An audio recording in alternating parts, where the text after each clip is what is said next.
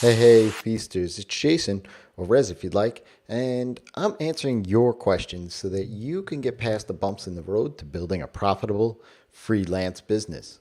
And today's question comes by way of an email that I received from someone who's looking to niche down in the health and wellness space but struggling with it. The question is my niche too broad or too narrow? And let me put some context around that a little bit because she basically says that she's been told that the health and wellness space is already too saturated.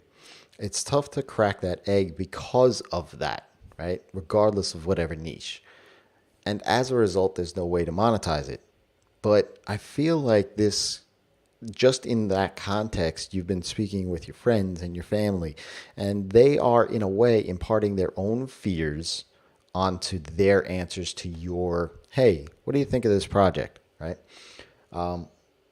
Look, most people don't have that entrepreneurial spirit or that freelancer spirit to dive into something that they're passionate about.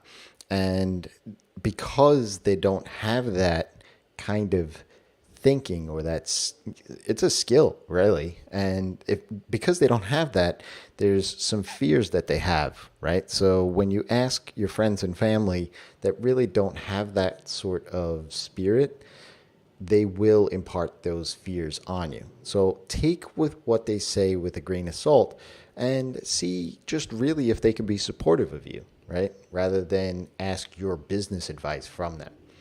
So let me dive into the answer here. First, I'm always seeing that next big thing in what seems to be a weekly thing in the health and wellness space, right? Everybody wants to feel better. Everybody wants to be healthy. So I feel like, it is saturated, but if there's new things coming forth every single week, it seems, then, it's not too saturated and people are making money, right? So, there's that. And, secondly, if folks are doing that, then the market's validated, right? The health and wellness space is validated. People are making money in this space. It's just really just a matter of finding that right market to focus in on and seeing if they're willing to part way with their hard-earned money to become your customer. So I think it goes without saying that I don't think that there's any niche that's too narrow, right? Take, for example, Simple Green Smoothies, right? They started out with just green smoothies. They've since broadened a bit to books and other things, but they only started out with green smoothies. And to me, that's crazy to niche down to like one drink, right? Like one specific drink, but it worked really well for them. I think that the more you niche when you're starting out, the easier it is because if you can specifically produce results for people, then those customers become raving fans, right? They will more likely buy from you again in the future as you grow and add more products and services. I spoke with Chris Ducker on my other podcast, Live in the Feast, and he realized pretty early on that people would buy from him, not the logo of his company, not the business, but buy from him. For a more in-depth listen on that conversation, he dives really deep into this. Head on over to rezz.com/202 and have a listen there. Think about your own buying habits though, right? Think about how other people buy. Folks are tied to Apple products like it's the only option out there, right? And to think that Apple started by building computers and really couldn't compete in the market, right? They launched the iPod and really hockey sticked at that point, right? Hockey sticked? I don't even know if that's a term, but we'll stick with it. But the iPod itself was just a tiny music player that folks could download music to and didn't need to carry around bulky CD cases anymore, right? Now we've got iPhones and MacBooks all over the place, right? You can't go to a coffee shop without seeing the Apple logo.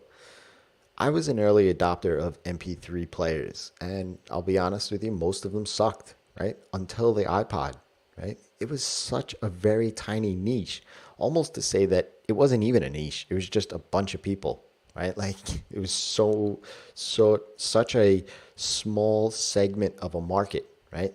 But yet Apple focused in on it and it essentially revitalized their entire company.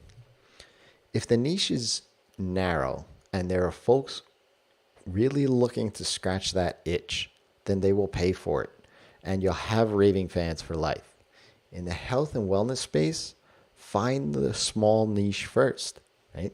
Focus success there, right? And then build on top of that, continuing to serve your fans over and over again. If you have a question, ask Rezzz. That's me, by dropping me a tweet, an email, or go ahead and leave me a comment on iTunes at rezzz.com/iTunes, and I'll be happy to answer it for you. While you're in iTunes, if you haven't subscribed already, go ahead and do that, and maybe even leave me a 5-star review. It'll help the podcast be found from more folks just like yourself. So until next time, it's your time to live in the feast.